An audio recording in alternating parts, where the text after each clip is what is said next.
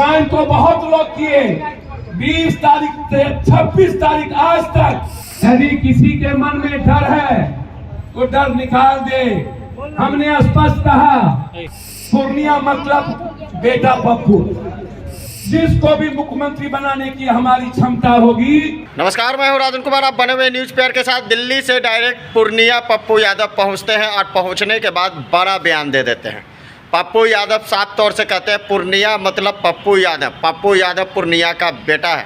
देखिए, लगातार कांग्रेस का दबदबा रहा है सीमांचल क्षेत्र में और जाप अब विलय हो चुकी है कांग्रेस में। रणनीति तैयार की जा रही है। महागठबंधन दल के जो भी घटक दल है सभी की सहमति, और पप्पू यादव ने इशारों में तेजस्वी यादव पे भी निशाना साधा है।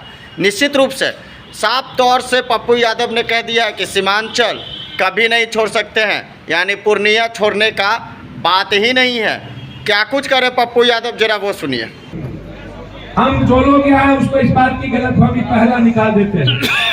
पहली बार 10 साल के बाद 5 सीटिंग एमपी गुजरात, जहां से नरेंद्र मोदी चुनाव लड़े थे। नरेंद्र मोदी के सीट पर तो अगले बार एमपी बना था, उसको सहित 5 सीटिंग एमपी ने बीजेपी का टिकट वापस कर दिया। अब आप समझिए कि गुजरात में बीजेपी का टिकट वापस कर दिया। गुजरात में क्या गुजरात में किसी की हिम्मत हो सकती थी टिकट वापस करना? दूसरा, जो सबसे बड़ी बात है, बीजेपी के पास कोई कैंडिडेट नहीं है। पूछिए कैसे? सीता सोरेन पूर्व मुख्यमंत्री के पुतौह को ला करके उसने चुनाव लड़ाया अभी। उसके बाद कांग्रेस की एमपी मधु कोरा की पत्नी को चुनाव लड़ाया कांग्रेस से लाके। 3 व्यक्ति को टिकट दिया इन्होंने बीजेपी झारखंड में 12 में, वो 3 कांग्रेस। कहाँ है उम्मीदवार? हरियाणा में, जहां 15 सालों से सरकार बीजेपी की है। परसों उन्होंने क्या किया? 1 मिनट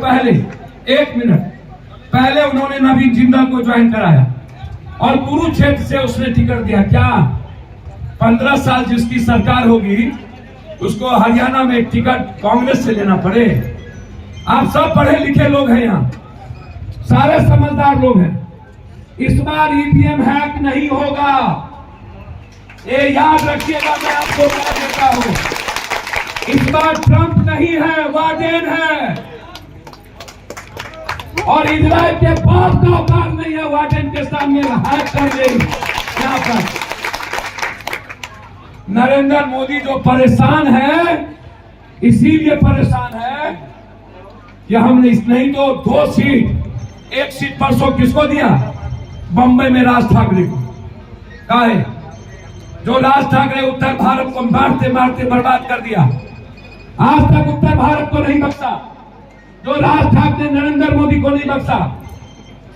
हार रहे हैं तब ना राज ठाकरे को लाए, चाहे लाए। 2 सीट जिंदल को क्यों दिया?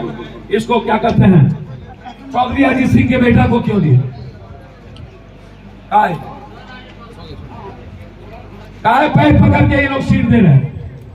इसीलिए याद रखिएगा, इस बार बीजेपी 200 क्रॉस नहीं करेगी। इस बार सरकार जो बनेगी वो सरकार बनेगी मिली जुली और सबके समावेशी से, और उसमें पूर्णिया सीमांचल की भूमिका सबसे बड़ी। ज्वाइन तो बहुत लोग किए, 20 तारीख से 26 तारीख आज तक पूरे भारत का न्यूज का अटेंशन अकेले पूर्णिया का बेटा पप्पू यादव है। पप्पू का है, यह देन है पूर्णिया की जमीन का कि आज पप्पू यादव को सबने स्वीकार किया है। यदि किसी के मन में डर है तो डर निकाल दे।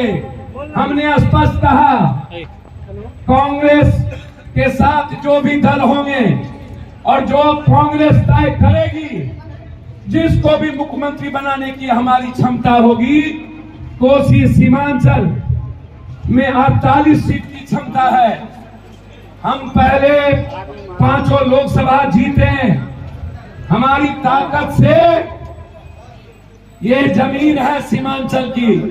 यहाँ कभी कांग्रेस के अलावे हमारी मां मात्र 32,000 से चुनाव हारी, कांग्रेस के समर्थन से चुनाव लड़ी। पूर्णिया ने हमको 8,000 से मात्र चुनाव हराया ने हम हारे लिफाफा छाप के चलते। हम जेल में थे तब भी मां को नहीं हराया। इसीलिए ये पूर्णिया पप्पू यादव के लिए भगवान है और ये पूर्णिया सीमांचल कोसी की जमीन है, ये हमारी है। बस आज मैं इतना ही कहूंगा। हमने सबसे पूछा हमारे लिए क्या आदेश है। आप लोग अभी से 5-5 पोस्ट करिए, अभी से रात के 9 बजे तक। पूर्णिया मतलब बेटा पप्पू, ये पोस्ट करिए। आप लोग सभी लोग पोस्ट करिए। सीमांचल की जमीन का मतलब कांग्रेस, कोसी का मतलब, सीमांचल का मतलब सौहार्द, सभी जाति धर्म वर्गों की इज्जत। यह इलाका अत्यंत पिछड़ा माइनॉरिटी ओबीसी का इलाका है।